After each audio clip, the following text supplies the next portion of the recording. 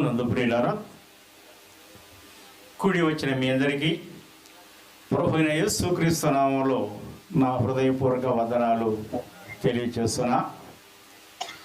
నిన్నటి దినాన్ని నుండి ప్రారంభమైన ఈ కూడికల్లో నిన్నటి కన్నా ఈ దినం అనేక మందిని చూడటం చాలా సంతోషంగా ఉంది.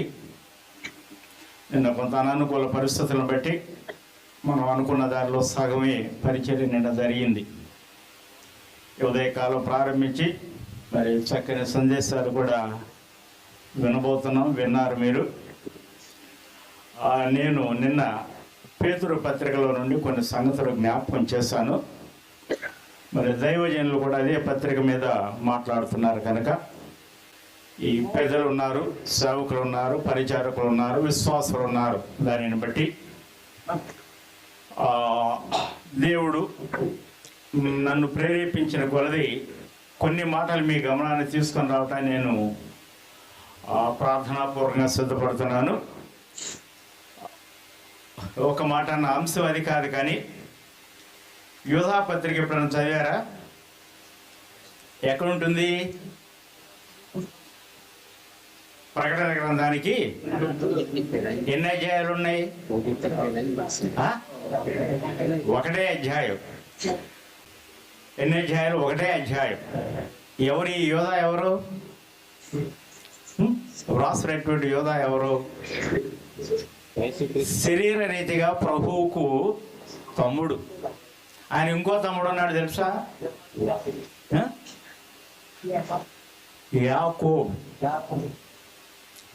యాకోబు కూడా ఆయనకు తమ్ముడే. కానీ వారు పత్రికలు రాసేటప్పుడు ఏమన్నారు? మనకెవరైనా ఈ లోకంలో మన ముఖ్యమంత్రి దగ్గరికి వెళ్ళడానికి తెలిసిన వారు ఎవరు ఉన్నారనుకోండి, మనం ఏం చెప్తాం? ఫలానా నాకు తెలుసు అంట. కానీ వీరేమన్నారు చూసారా? యేసుక్రీస్తు దాసులం అంటున్నారు. సరే, ఎంతగా తగ్గించుకుని వారు మాట్లాడుతున్నారు. అందువల్ల ఈ యోధా పత్రికలో నేను మీకు చెప్పాలనుకున్న మాట ఏమిటంటే, వాస్తవంగా యోధా దేనిని గురించి వ్రాయాలనుకున్నాడు, ఏ అంశాన్ని గురించి వ్రాయాలనుకున్నాడంటే, రక్షణను మనకందరికీ కలిగేడు రక్షణ గురించి నేను వ్రాయాలని అనుకున్నాను. కానీ ఆనాడు ఉన్నటువంటి పరిస్థితులను బట్టి దేనిని గురించి వ్రాస్తాడు? పరిశుద్ధులకు ఒక్కసారి అప్పగింపబడిన బోధ నిమిత్తము వ్రాయవలసి వచ్చాను అన్నాడు. ఎందుకు చెప్పాను ఈ మాటలు? దైవజనులు పేతురు పత్రికను చదువుతూ దాన్ని ధ్యానిస్తున్నారు, అమూల్యమైన సత్యాలు మన గమనాన్ని తీసుకొని వస్తున్నారు కనుక నేను ఈ అంశాన్ని మార్చుకోవడానికి నేను ఈ మాట మీకు చదివాను. సరే ప్రియులారా, సంఘానికి వచ్చినటువంటి కొన్ని సంగతులు మీకు తెలియచేయాలని నాకు చెప్పారు. మీకు అర్థమైనంత వరకు నాకు తెలిసిన భాషలో మీరు అర్థం చేసుకునేటట్టుగా కొన్ని సంగతులు జ్ఞాపకం చేయడానికి నేను లేఖనాలు అక్కడక్కడ పరిశీలన చేసి నేనే చదువుతాను. మీరు ఎవరు చదవనక్కర్లేదు, నేను చదువుతాను. అవసరాన్ని బట్టి మీరు జాగ్రత్తగా వినండి. మొదటిగా ఎఫెసీ పత్రిక అధ్యాయము 4 11, 12, 13 వచనాలు నేను చదువుతున్నాను. ఎఫెసీ పత్రిక 4వ అధ్యాయం 11 నుండి. ఒకవేళ ఈ తెలుగు బైబిల్స్ ఉన్నవారైతే క్రొత్త నిబంధనలు 175వ పేజీ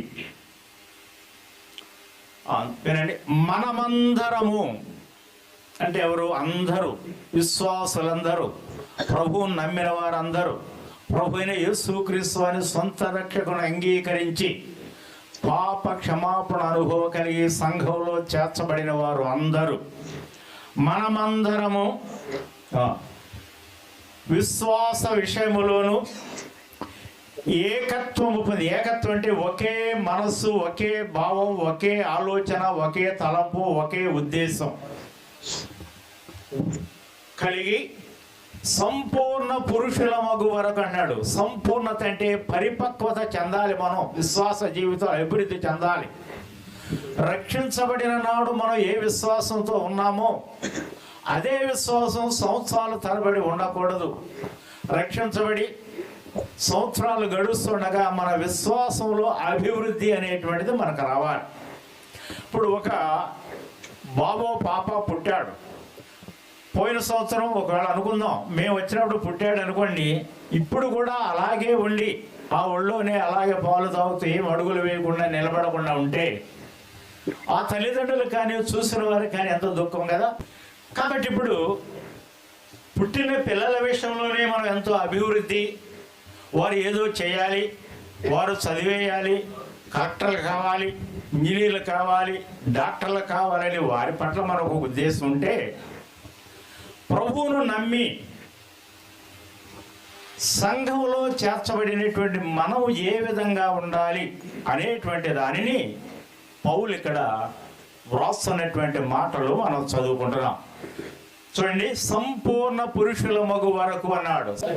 మత్తయి సువార్తలో ఒక మాట చూద్దాం. చూడండి, ఈ సంపూర్ణత అనేటువంటి మాటను వచ్చి ప్రభు అయినటువంటి యేసు క్రీస్తు వారు 5, 6, 7 అధ్యాయాలు మనం చూస్తే దాన్ని ఏమంటారు?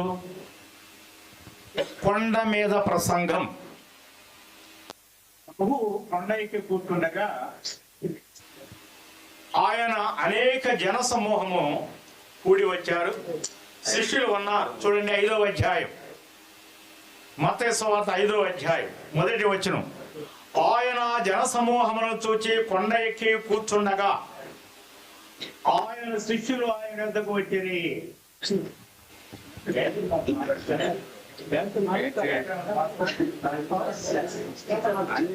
అప్పుడు ఆయన నోరు తెరిచి ఎలాగో మాట్లాడసాగినని మనం చదువుతున్నాం. ఏమని మాట్లాడాడు? అనేక సంగతులు ప్రభు ఇక్కడ జ్ఞాపకం చేస్తూ మనకు అవసరమైనటువంటి మాట ఆఖరి వచనం చూడండి, 5వ అధ్యాయం మత్తయి సువార్త ఆఖరి వచనం 48వ వచనం. ఆయన ఏమన్నాడు చూసారా?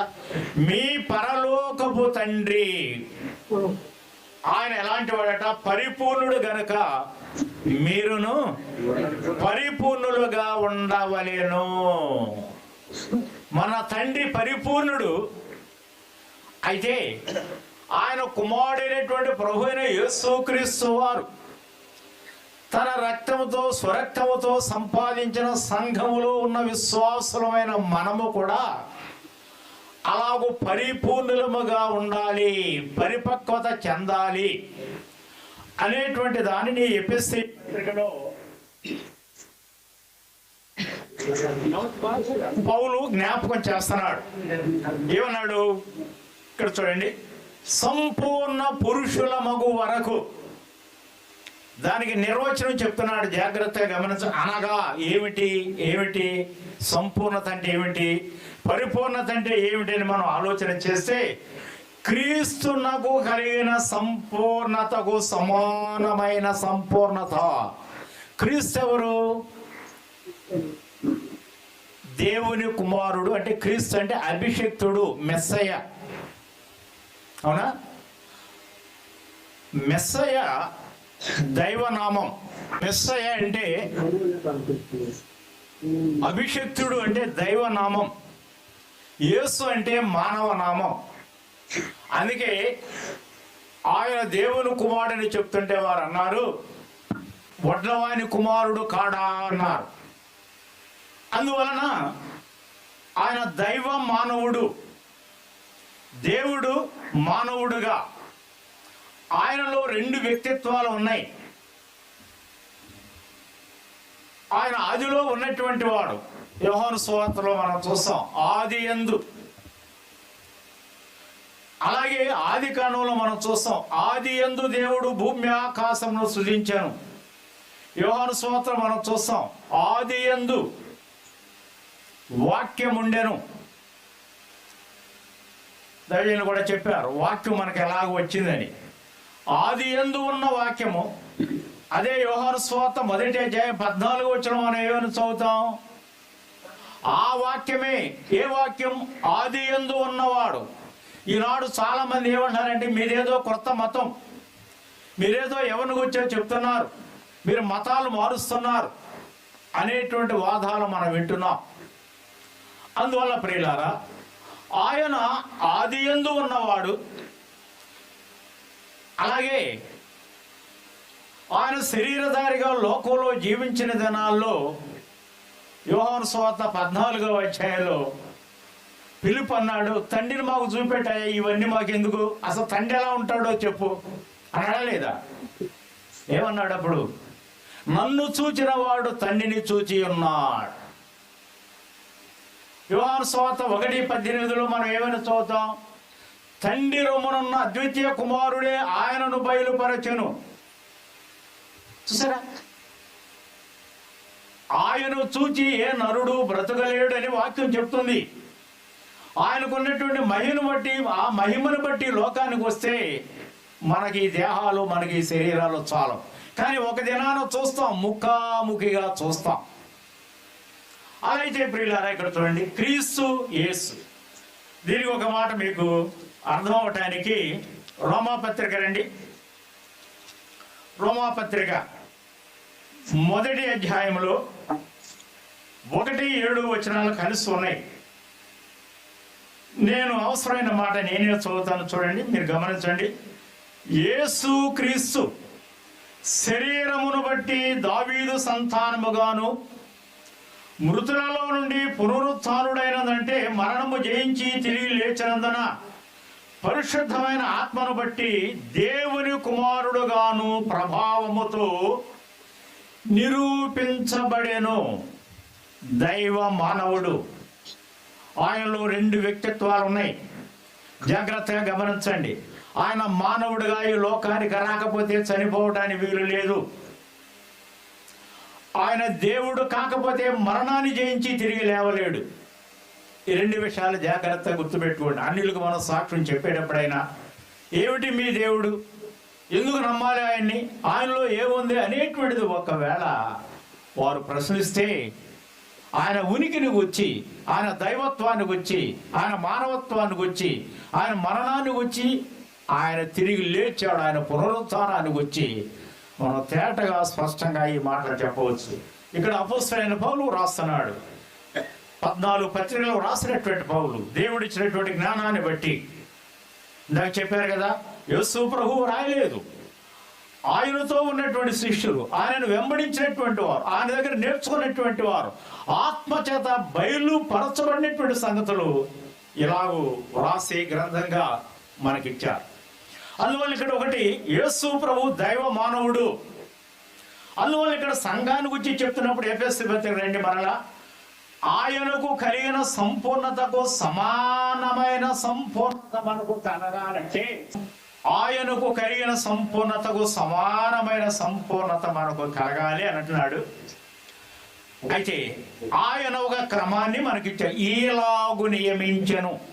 ఏమి నియమించాడు అనేవి ఇప్పుడు మనం గమనిద్దాం. ఇది మనకున్నటువంటి సంఘానికి ఉండవలసినటువంటి క్రమం. సంఘానికి దేవుడిచ్చినటువంటి సిద్ధాంతపరమైనటువంటి బోధ.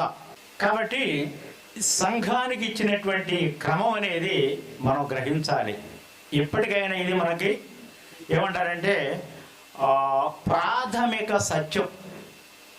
ఏ ప్రభువును మనం నమ్ముకున్నామో, ఏ ప్రభు ద్వారా మనం రక్షించబడి సంఘ సహవాసంలో చేర్చబడ్డామో, ఆ సంఘములో ఉండవలసినటువంటి అపోస్తలుల గారు 2:42లోనేమో 4 సంగతులు కదా. ఏమేవి 4 చెప్తారా? అపోస్తలుల బోధ యందును, సహవాసమందును, రొట్టె విరుచుట యందును, ప్రార్థన చేయుట యందును. మీ లాంగ్వేజ్లో చెప్పండి 4 మాటలు కొంచెం బిగ్గరగా ఎవరైనా.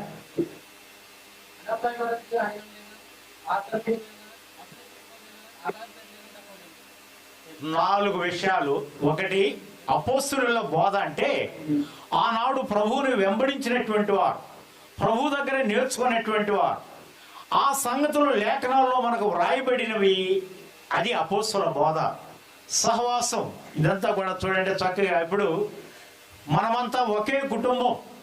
మేము హైదరాబాద్లో ఉన్నా, మీరు ఎక్కడ ఉన్నా, లేదా ఢిల్లీలో ఉన్నా, అమెరికాలో ఉన్నా, రష్యా, ఎక్కడ ఉన్నా కూడా దేవుని నమ్మిన వారంతా కూడా ఒక్క కుటుంబమే, ఒక్క తండ్రి పిల్లలు, ఒక్క సంఘం. అంటే సార్వత్రిక సంఘం. మనదేమో ఇక్కడ స్థానిక సంఘం మనం కనబడుతున్నాం.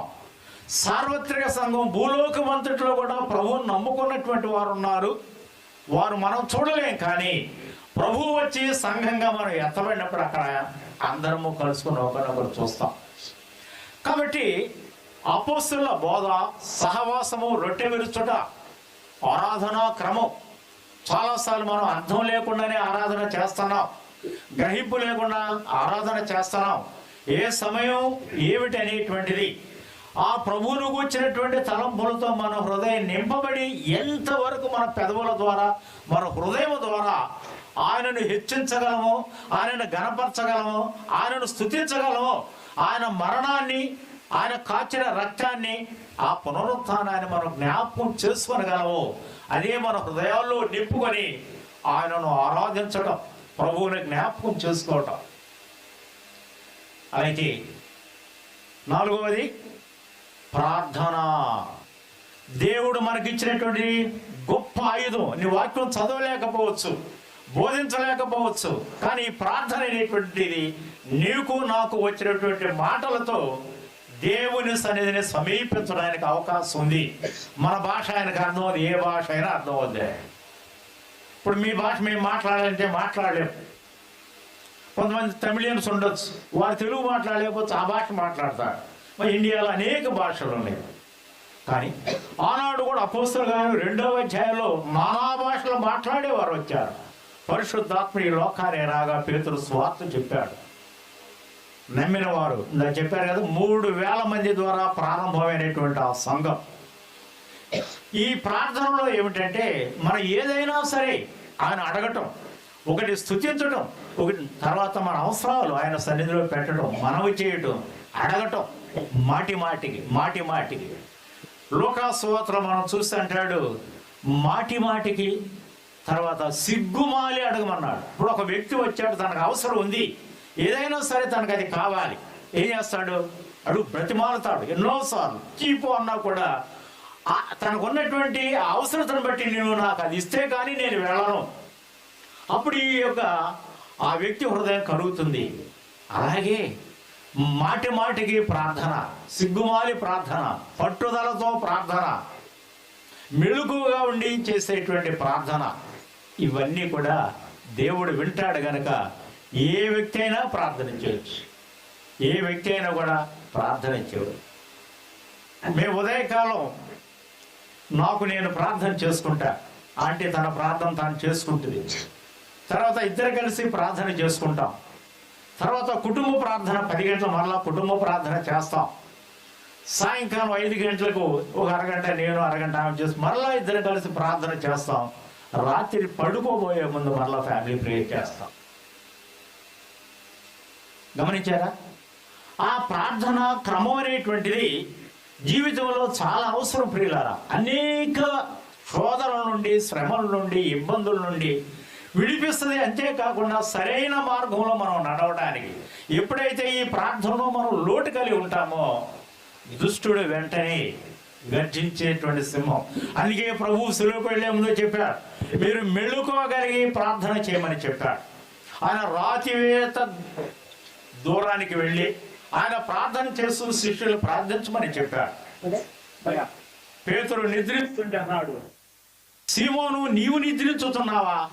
చూసారా, సీమోను విషయంలో ప్రభువు ఎంతో ఆశించాడు.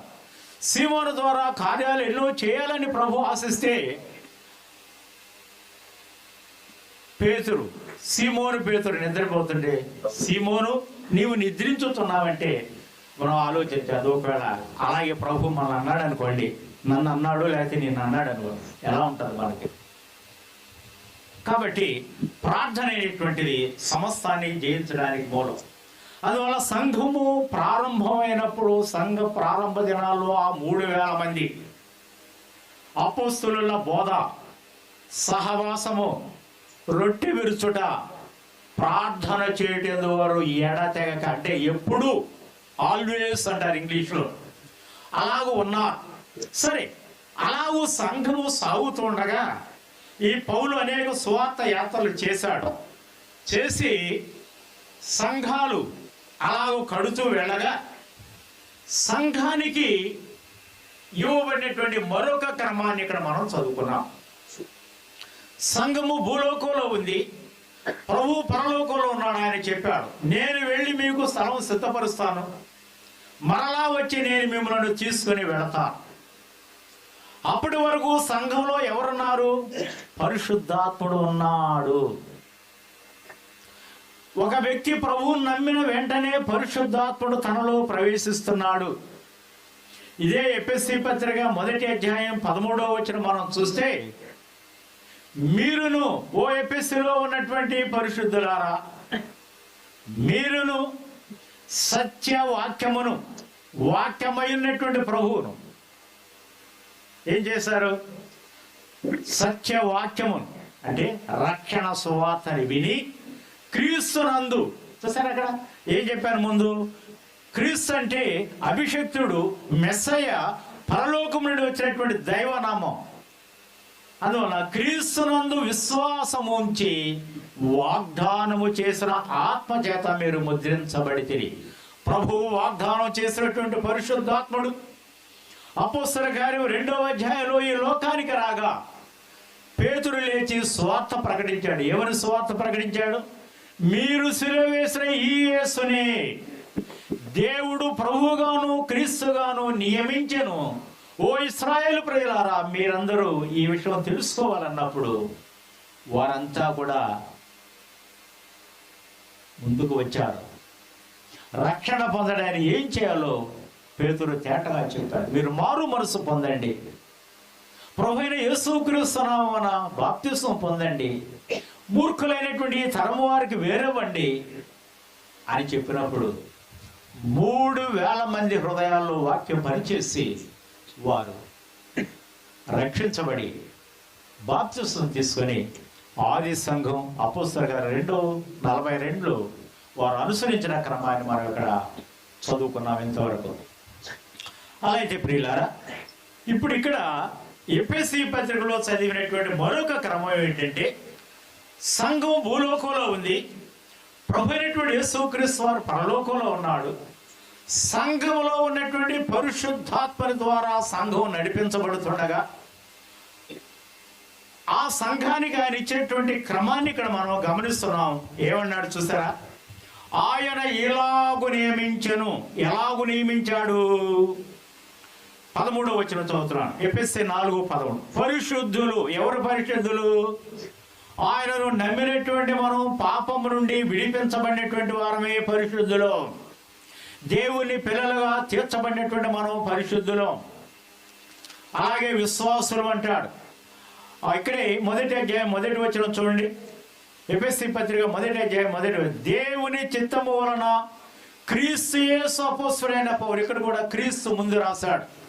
క్రీస్తు యేసు అపోస్తలుడైన పౌలు ఎఫెసీలోనున్న పరిశుద్ధులను, క్రీస్తు యేసునందు విశ్వాసులైన వారికి శుభమని చెప్పి వ్రాయునది. ఎవరట? ఆయనను నమ్మినటువంటి వారు, ప్రభువుని అంగీకరించిన వారు. ప్రభువా, నేను పాపిని, నా పాపానికి శిక్ష ఉంది, కానీ పాపము చేయనటువంటి నీవు నా కొరకు శరీరధారిగా వచ్చి ఆ కల్వరిశిలో నా కొరకు శిక్ష అనుభవించావు. పాపినైన నన్ను క్షమించు, నీ రక్తంలో నా పాపాలు కడుగు అని అడిగితే, అలాగూ అడిగినటువంటి వారు, క్షమించబడినటువంటి వారు, వారే పరిశుద్ధులుగా, వారే విశ్వాసులుగా, వారే నీతిమంతులుగా, వారే దేవుని పిల్లలుగా తీర్చబడినటువంటి వారు అనేటువంటిది మనం ఇక్కడ గ్రహిస్తున్నాం. అలా అయితే సంఘాన్ని గురించి ఇక్కడ మనం చూస్తున్నప్పుడు ఏమన్నాడు? రండి 4వ అధ్యాయంలో 13వ వచనంలో, పరిశుద్ధులంటే మనమే. పరిశుద్ధులు సంపూర్ణత కావాలి అంటే క్రీస్తు శరీరం అన్నాడు. ఈ మాట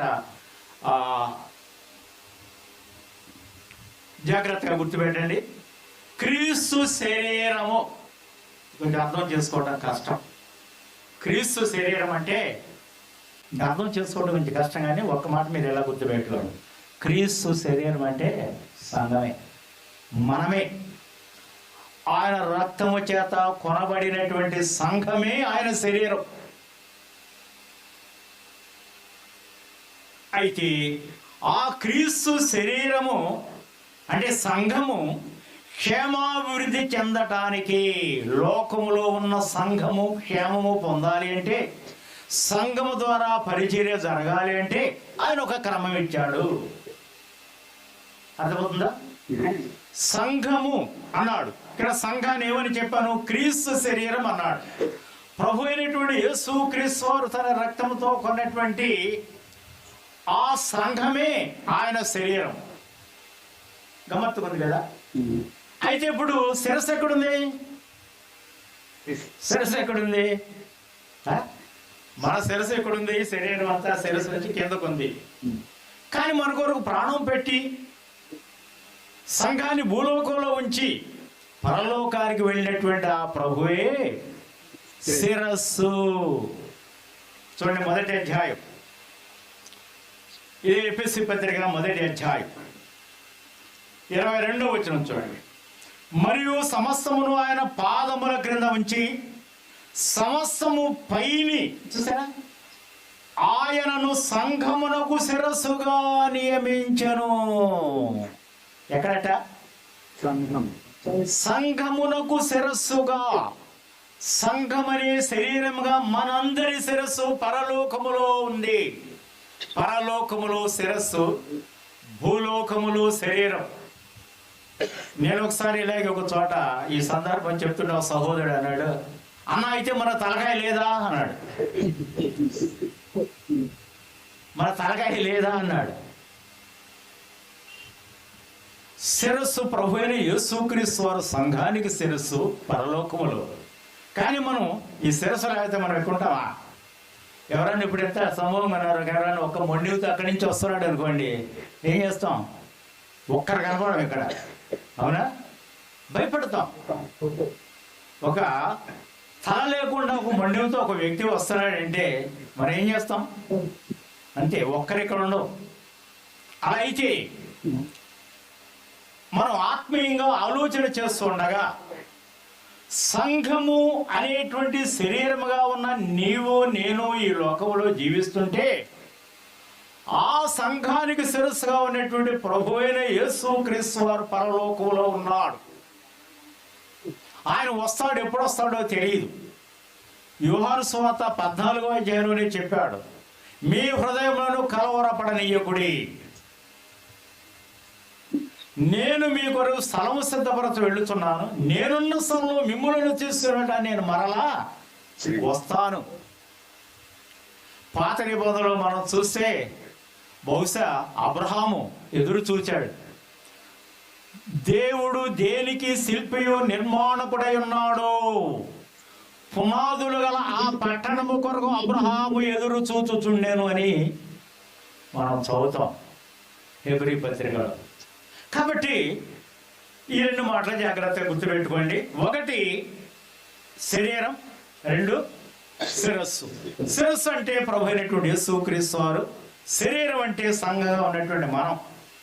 కాబట్టి ఆ శరీరం అనేటువంటి సంఘానికి క్షేమం కావాలంటే, సంఘంలో పరిచయం జరగాలంటే ఆయన మనుషులను కొంతమందిని ఈవులుగా అంటే బహుమానాలుగా ఇచ్చాడు.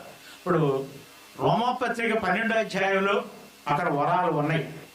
మొదటి కొరింథీ పత్రిక 12వ అధ్యాయంలో కూడా వరాలు ఉన్నాయి. ఇక్కడ ఎఫెసీ పత్రికలో ప్రభు అయినటువంటి యేసుక్రీస్తు వారు తన సంఘము కొరకై ఆయన ఇచ్చినటువంటి ఈవులు ఏంటంటే, ఇక్కడ చూడండి, ఇప్పుడు ఆయన కొందరిని అపోస్తులను గాను అన్నాడు, కొందరిని ప్రవక్తలను గాను అన్నాడు. ఇప్పుడు అపోస్తులు ఉన్నారా? లేరు. ఎవరైనా చెప్పేది అది సరైన బోధ కాదు. ప్రవక్తలు ఉన్నారా అంటే ప్రవక్తలు లేదు. హెబ్రీ పత్రిక 1వ అధ్యాయం 1వ వచనం మనం చదివితే, పూర్వకాలమందు నానా సమయములలో నానా విధములుగా మన పితరులతో మాటలాడిన దేవుడు ఈ దినముల అంతమందు కుమారుని ద్వారా మనతో మాటలాడెను, ఆ కుమారుని సమస్తమునకు వారసునిగా చేశాను, ఆ కుమారుని ద్వారా ప్రపంచాలు నిర్మించెను అని మనం చదువుతాం కదా. కాబట్టి అలాగూ ఆ ప్రభు ఆయనను వెంబడించినటువంటి వారు, ఆయన వద్ద నేర్చుకునేటువంటి వారు. ఉదాహరణగా మనం చూస్తే 12 మంది శిష్యులు ఉన్నారు అపోస్తులుగా. తర్వాత మనం గమనించినప్పుడు అపోస్తులైన పౌలు ఉన్నాడు.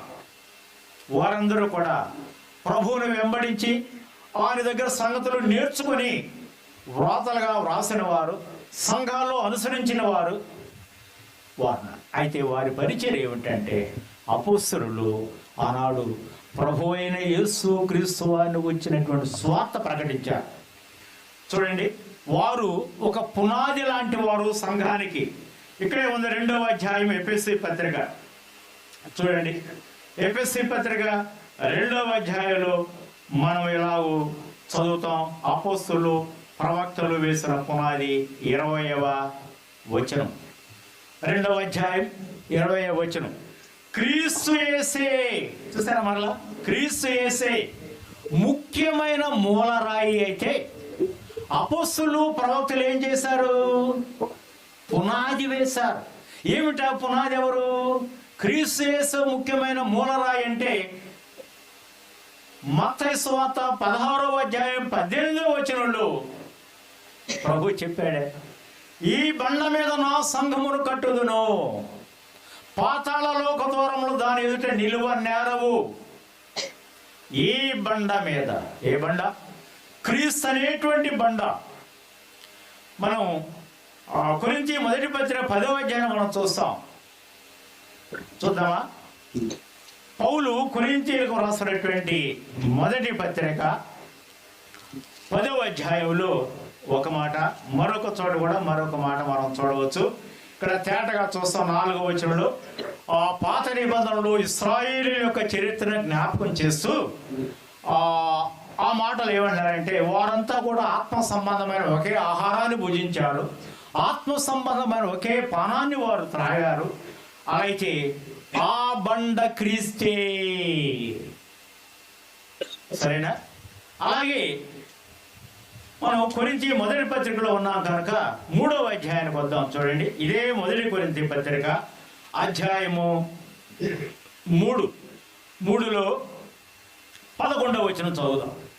వేయబడినది తప్ప మరి ఒక పునాది ఎవడును వేయనేరడు. చెప్పండి ఈ మాట. రెండోది ఏమన్నాడు?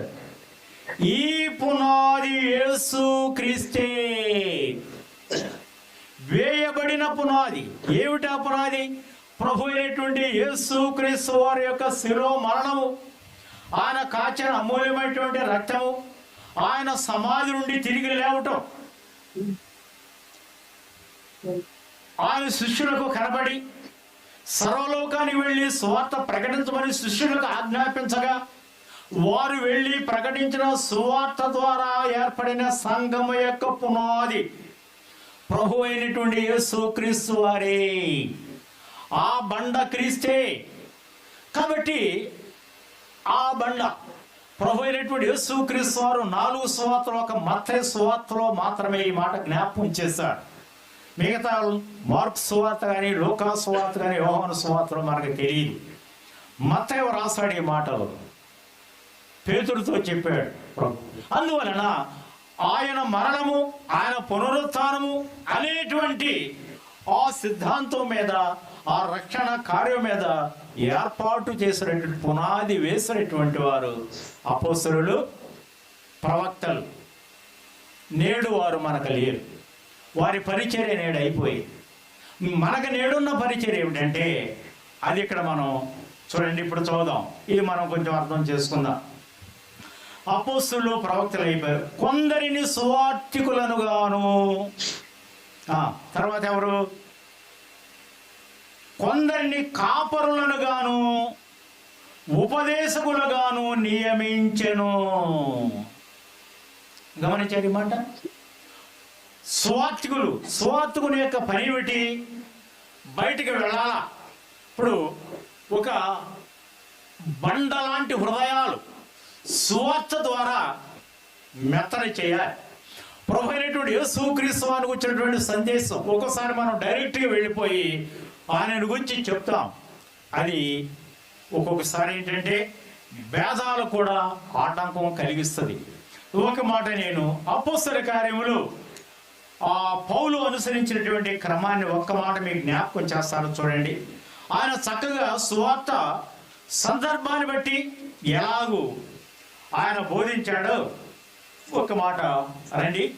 17వ అధ్యాయం, అపోస్తల కార్యం 17వ అధ్యాయంలో ఆ ఏథెన్సు అనే పట్టణానికి వెళ్ళాడు.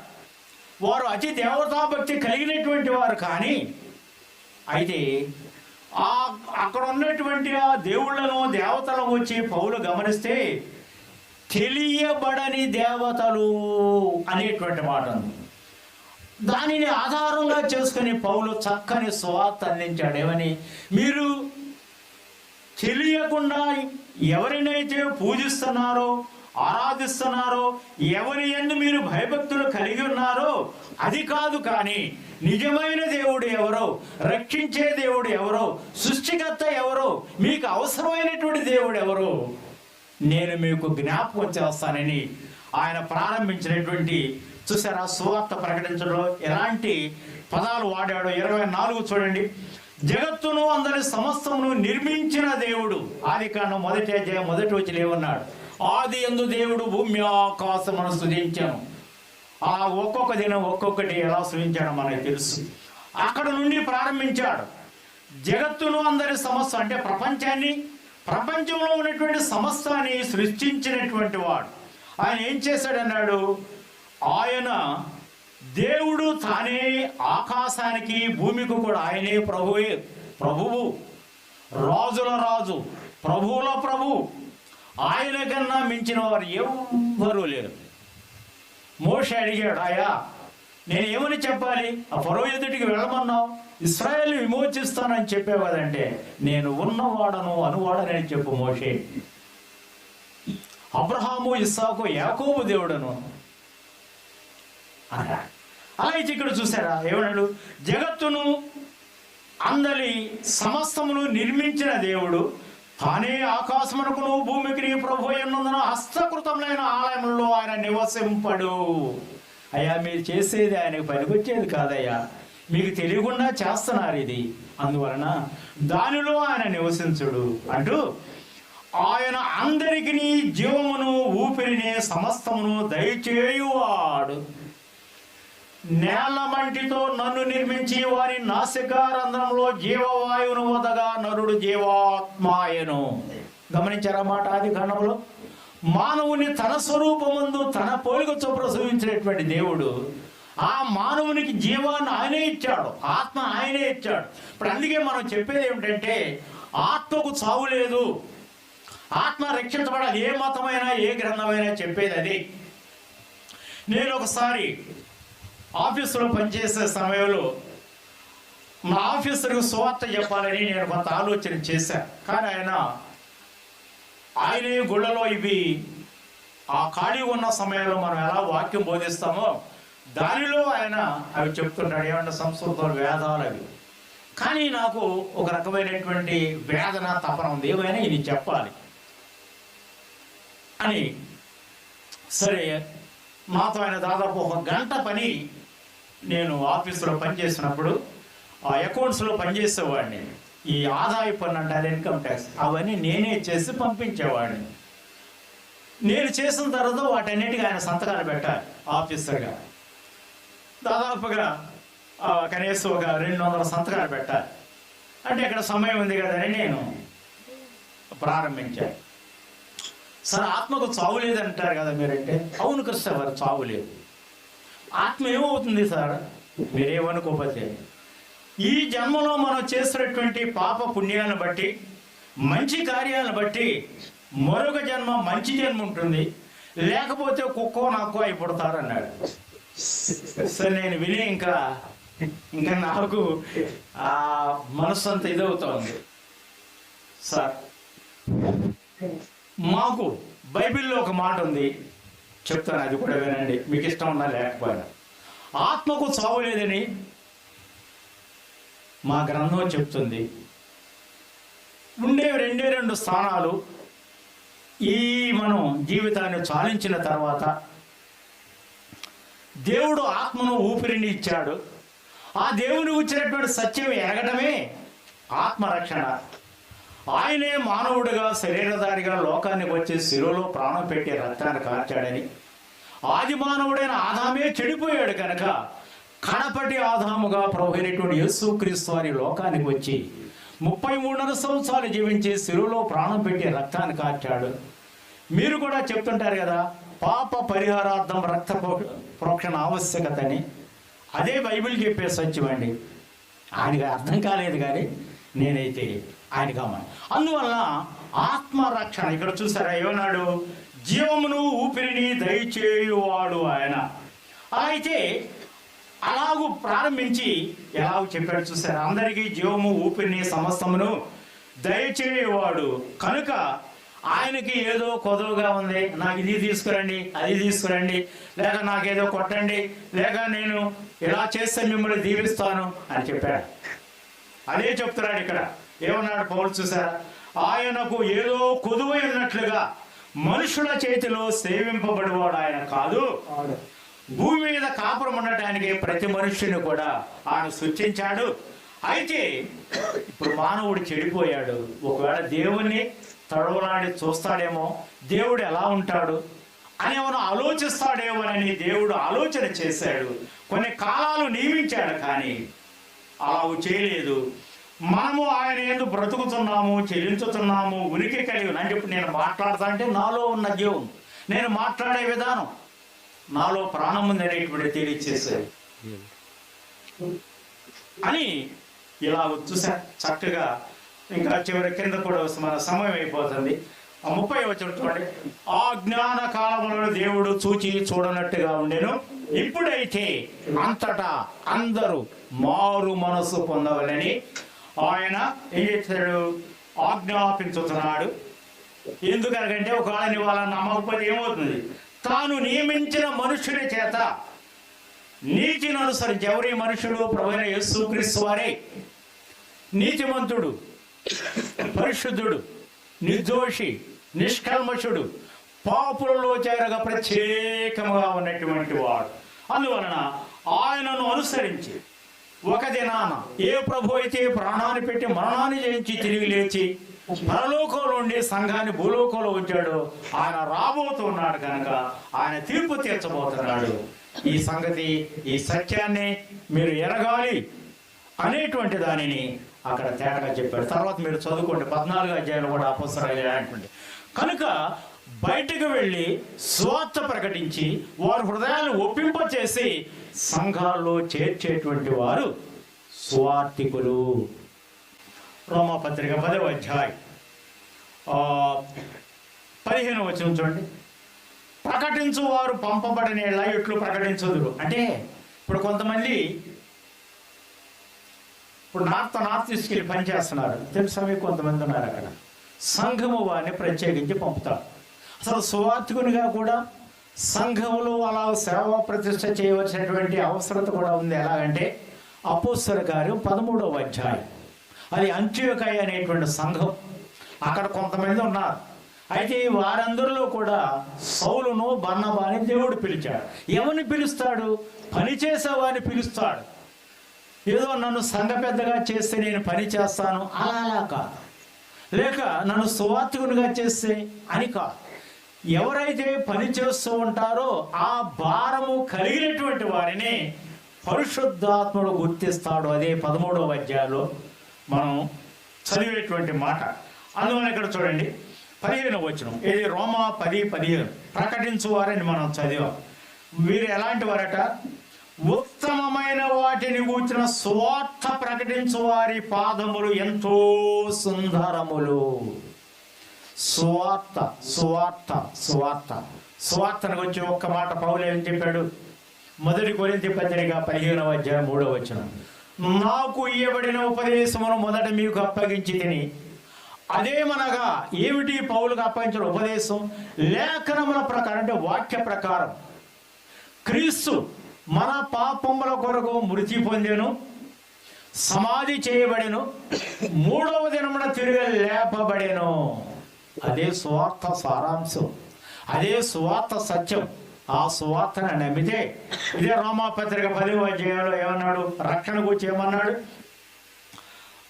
చూడండి 9వ వచనం, అదేమనగా యేసు ప్రభు అని నీ నోటితో ఒప్పుకొని దేవుడు మృతులలో నుండి ఆయనను లేపనని నీ హృదయమందు విశ్వసిస్తే, అంటే నమ్మితే, ప్రభువా నేను పాపిని నన్ను క్షమించమని అడిగితే నీవు రక్షింపబడతావు. ఎలాగూ? దేవుని నీతి కలిగేటట్టుగా హృదయంలో నువ్వు విశ్వసిస్తున్నావు, రక్షణ కలిగేటట్టుగా నోటితో ఒప్పుకుంటున్నావు. హృదయంలో నేను సిద్ధపరుచున్న దాన్ని నోటితో నేను మాట్లాడుతున్నాను. అవునా? అలాగే హృదయంలో యేసు ప్రభుని నీవు చేస్తున్న తీర్మానం నోటి ద్వారా పాపిలైన నన్ను క్షమించు ప్రభు, రక్షించని అడుగుతున్నావు. అదే రక్షణ. ఆ సువార్త అందించేటువంటి వారు సువార్తికులు.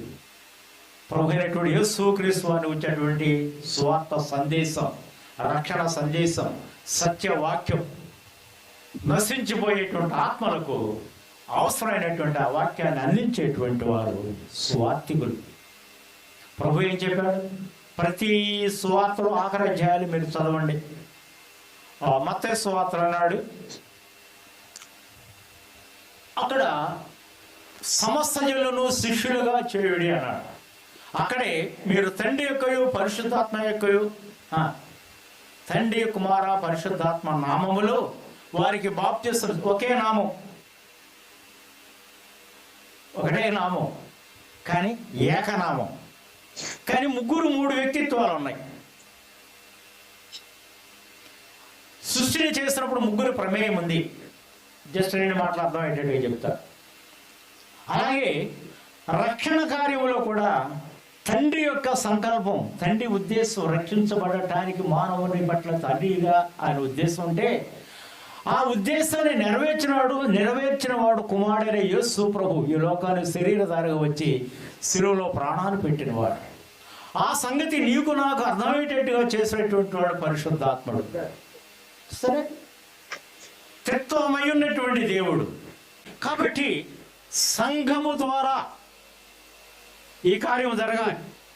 ఆ భారం ఉన్నటువంటి వారు, నశించిపోయే ఆత్మల పట్ల భారము, చింత, ప్రయాస కలిగినటువంటి వారు పరిశుద్ధాత్ముడు గుర్తిస్తాడు, సంఘానికి తెలియచేస్తాడు. అప్పుడు ఇలాగ పరిశుద్ధాత్ముడు పిలిచి పంపినప్పుడు వారు వెళ్ళి ఎన్నో సంఘాలు కట్టినట్టుగా మనం గమనిద్దాం. తర్వాత మార్కు సువార్తలో ఉన్నాడు, సర్వలోకాన్ని వెళ్ళి సర్వ సృష్టికి సువార్త ప్రకటించమన్నాడు. లూకా సువార్తలో ఏమన్నాడు? ఈ సంగతులకు మీరే సాక్షులు అన్నాడు. పరిశుద్ధాత్ముడు వస్తాడు, మీరు కనిపెట్టి మీరు వెళ్ళి సువార్త ప్రకటించమన్నాడు. యోహాను సువార్తలో కూడా అలాగే మనం చూస్తారా ఒక మాట? యోహాను సువార్తలో ఆయన చూడండి 20వ అధ్యాయం అనుకుంటాను. 20వ అధ్యాయంలో 20వ అధ్యాయం 21 చూడండి. అప్పుడు యేసు మరలా మీకు సమాధానము కలుగునగాక, తండ్రి నన్ను పంపిన ప్రకారము నేనును మిమ్మల్ని పంపుతున్నాను.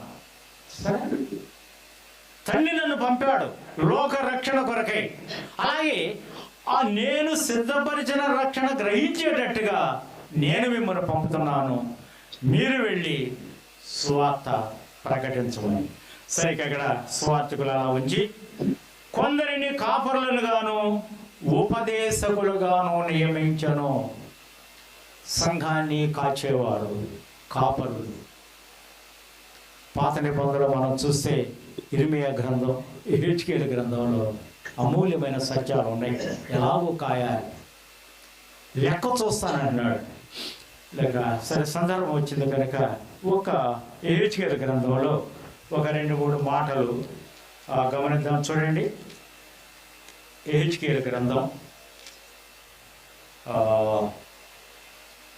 ఎహెజ్కేలు గ్రంథంలో 34వ అధ్యాయానికి వద్దాం. చూడండి, 34వ అధ్యాయం.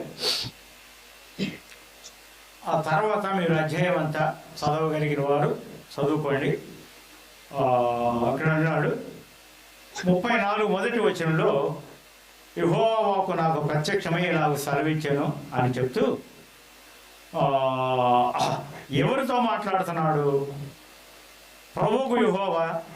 2వ వచనం సెలవిచ్చినదేమన్నా, తమ కడుపు నింపుకుని ఇశ్రాయేలు కాపరులకు శ్రమ, కాపరులకు గొర్రెలను మేపాలని నేను వారికి ఆజ్ఞాపించాను, కానీ వారు సరిగా చేయటం లేదు అంటున్నాడు. అయితే ఎలాగూ మేపాలి వాటిని అనేటువంటి వాటిని కూడా చెప్తా ఉన్నాడు. చూడండి, 11వ వచనం చదివేద్దాం. ప్రభువైన యెహోవా సెలవిచ్చినదేమనగా, ఇదిగో నేనే నా గొర్రెలను వెదకి వాటిని కనుగొంది. ఎందుకంటే ఎవరైతే పాత నిబంధనలో అలాగూ నియమించబడినటువంటి కాపరులు వారు సరిగా కాయలేదు కనుక, ఆ గొర్రెలు చెదిరిపోయినాయి కనుక నేను వాటిని కనుగొంటాను అన్నాడు. వాటిని కనుగొని నేనే నా గొర్రెలను కనుగొని చెదిరిపోయినటువంటి వాటిని సమకూర్చి 14వ వచనం, నేను మంచి మేత గల చోట వాటిని మేపుదును. మంచి మేత. వాక్యం ప్రియులారా, పెద్దలారా, బోధకులారా, ఉపదేశకులారా గమనించండి. మంచి మేత, ఆరోగ్యకరమైనటువంటి వాక్యం. ఏదో ఒకటి మనం చెప్పి ఒకవేళ మనకు అర్థం కాకపోతే ప్రార్థన చేసి ఊరుకోవడం మంచిది. వాక్యం అనేటువంటిది తేటగా స్పష్టంగా అర్థమయ్యేది. మంచి మేత అన్నాడు. ఆ మంచి మేత అనేటువంటిది ఇప్పుడు మనం చూస్తాం ఎక్కడ యోధా పత్రికలో. పరిశుద్ధులకు ఒక్కసారి అప్పగింపబడిన బోధ. కాచేపని నీకు అప్పగిస్తే నీవు వారిని ఎలాగూ వాక్యముతో వారిని పెంచాలో ఏమన్నాడు? మంచి మేత గల చోట వాటిని మేపుదును. మేత సరిగా ఉంటే బయటికి పరుగులేస్తారు. ఇప్పుడు మేము వచ్చేటప్పుడు కూడా గొర్రెలు మేకలు 2-3 చూస్తాం. ముందు నడుస్తున్నాడు, వెనక వెళ్తాడు, వెనక ఒకడున్నాడు, అలా నడిపిస్తున్నాడు. ఈ వ్యాన్లు కానీ కార్లు కానీ ఏదైనా వస్తే చాలా జాగ్రత్తగా, ఏదైనా ఒక్కటే దాని కింద పడి కాలు ఎరిగిన వాడికి నష్టమే కదా, నష్టమే. అందువల్ల ఏం చేస్తున్నాడంటే చాలా జాగ్రత్తగా మనమే ఆగి అవి తప్పుకున్న తర్వాత రావాల్సి వస్తుంది. మంచి మేత గల చోట 14లో కూడా అంటాడు, వాటికి మంచి దొడ్డిని నేను ఏర్పాటు చేస్తాను, బలమైన మేత ఉన్నటువంటి స్థలానికి తీసుకొని వెళ్ళి వాటిని మేపుతాను. విశ్వాస విషయంలో మనం బలం పొందలేకపోవటానికి, క్షేమాభివృద్ధి పొందలేకపోవటానికి, బలాభివృద్ధి పొందలేకపోవటానికి కారణం ఏంటంటే వాక్యం అనేటువంటి మేత. ఆ వాక్యము మనకు అవసరం. ఆ వాక్యాన్ని చదివి గ్రహించి దానిని ఎలా విభజించాలో ఆ క్రమాన్ని ఎరిగి బోధించడం. తర్వాత చూస్తారా 16 వచనం అంటాడు చివరిలో, శిక్షను మేత పెట్టి లేప. శిక్ష అట, క్రమశిక్షణ కూడా ఉంటుంది. అవునా? ఒక్కొక్కసారి క్రమశిక్షణ కూడా అవసరం అవుతుంది. సరే, అవన్నీ చూడలేం కానీ ఒకసారి మీరు క్రొత్త నిబంధన రండి. క్రొత్త నిబంధనలో యోహాను సువార్తలో 10వ అధ్యాయం కదా, మనకు బాగా తెలిసిన మాటలు అవి. 10వ అధ్యాయం అక్కడక్కడ కొన్ని మాటలు చదివి ముగించుకుందాం. మొట్టమొదటి ఉపమాన రీతిగా చెప్పాడు ప్రభు, వారికి అర్థం కాల. తర్వాత 7వ వచనం నుండి మనం చూస్తే తేటగా చెప్తూ ప్రభు అన్నాడు. 11వ వచనం చూడండి, నేను గొర్రెలకు మంచి కాపరిని. మంచి కాపరిగా ఆయన ఏం చేశాడు? ముందు ప్రాణం పెట్టాడు. ఆయన మంచి కాపరి. తర్వాత గొప్ప కాపరి. తర్వాత రాబోయేటువంటి ప్రధాన కాపరిగా ప్రత్యక్షం అవుతాడు. మంచి కాపరి, ప్రాణం పెట్టిన కాపరి. తర్వాత రెండవదిగా ఏమన్నా? గొప్ప కాపరి, కాచేటువంటి వాడు. తర్వాత మన కొరకు ప్రధాన కాపరి ప్రత్యక్షం అయితే మనం వెళ్ళిపోతాం. సరే చూడండి, ఇక్కడ 11, నేను గొర్రెలకు మంచి కాపరిని, గొర్రెల కొరకు ప్రాణం పెట్టాను అన్నాడు. తర్వాత 14లో మరలా అన్నాడు, నేను గొర్రెల మంచి కాపరిని అన్నాడు. 27 వచనం చూడండి, మా గొర్రెలు నా స్వరము వినును. గొర్రెలు మనమే, కాపరి ఆయన అయితే గొర్రెల కాపరి. ఇప్పుడు సంఘము పెద్దల ద్వారా కాయబడాలి. సంఘంలో నాయకులైనటువంటి వారికి ఉన్నటువంటి అర్హతలు మనం తిమోతి, తీతు పెద్దలు చూడగలం, కానీ ఇప్పుడు సమయం లేదు. అందువల్ల నా గొర్రెలు నా స్వరము వినును, నేను వాటిని వెదుకుదును, ఎరుగుదును, అవి నన్ను వెంబడించును. ఇది ఉండాలి ఇప్పుడు కూడా. ఆయన స్వరం వినటం, ఆయనను వెంబడించడం ప్రభువు చెప్పాడు. తర్వాత మనం గమనించినట్లయితే ఒక పత్రికలో ఉన్నటువంటి 2 మాటలు కూడా మనం జ్ఞాపకం చేసుకుందాం. పత్రికలో ఒకసారి దశలోనిక పత్రిక 5వ అధ్యాయంలో ఒక మాట గమనిద్దాం. చూడండి, 5వ అధ్యాయం 12వ వచనం, మీలో ప్రయాసపడుచు. అంటే పెద్దలకి ఏముందంట? ప్రయాస ఉండాలా, భారం ఉండాలా. ప్రయాసపడుచు ప్రభువునందు మీకు పైవారయ్యుండి.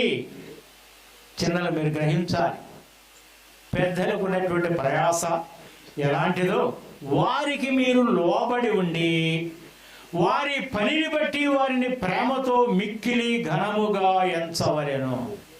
ఎందుకంటే దేవునికి ప్రతినిధులుగా ఉన్నారు. అపోస్తలుల కార్యం 20వ అధ్యాయం 28 వచ్చుంటాడు. ప్రభువు తన స్వరక్తమిచ్చి సంపాదించిన తన సంఘమును కాయుటకు పరిశుద్ధాత్ముడు దేనియందు మిమ్మల్ని అధ్యక్షులుగా ఉంచెను. ఆ మందను వచ్చి మిమ్మును వచ్చి జాగ్రత్త. సరే, అందువలన ఇక్కడ ప్రయాసపడేటువంటి వారు అన్నాడు. తర్వాత హెబ్రీ పత్రిక రండి. హెబ్రీ పత్రిక 13వ అధ్యాయం 7వ వచనం. మీకు దేవుని వాక్యము బోధించి మీ పైన నాయకులుగా ఉన్నవారిని జ్ఞాపకము చేసుకొని వారి ప్రవర్తన ఫలమును, కింద ఏమన్నాడు ఫుట్నోట్లో, వారు అంతము వరకు ఎలాగో నడిచారో వాటిని మీరు జ్ఞాపకం చేసుకుంటూ వారి విశ్వాసాన్ని మీరు అనుసరించాలంటే, వారు మీ విశ్వాసాన్ని అనుసరించాలంటే కాపరులుగా పెద్దలుగా ఉన్నవారు ప్రభువు యొక్క స్వరాన్ని వినాలి, ఆయనను వెంబడించాలి, ఆయన ఇచ్చే సందేశం సంఘానికి అందించాలి. తర్వాత చూడండి 17వ వచనం కూడా ఇక్కడే అన్నాడు, మీ పైన నాయకులుగా ఉన్నవారు లెక్క ఒప్పజెప్పవలసిన వారి వలె మీ ఆత్మలను కాయుచున్నారు. లెక్క ఉంది. ఆ లెక్క ఎక్కడ? ఆ న్యాయపీఠం ఎదుట మనం నిలిచినప్పుడు చేసిన ప్రతి పనిని కూర్చున్నటువంటి లెక్క అన్నాడు. విశ్వాసవా, పరిచారకుడువా, లేక పెద్దవా, లేక సేవకుడువా, ఎవరైనా సరే ప్రతి వాడును తాను చేస్తున్న పనిని బట్టి అన్నాడే.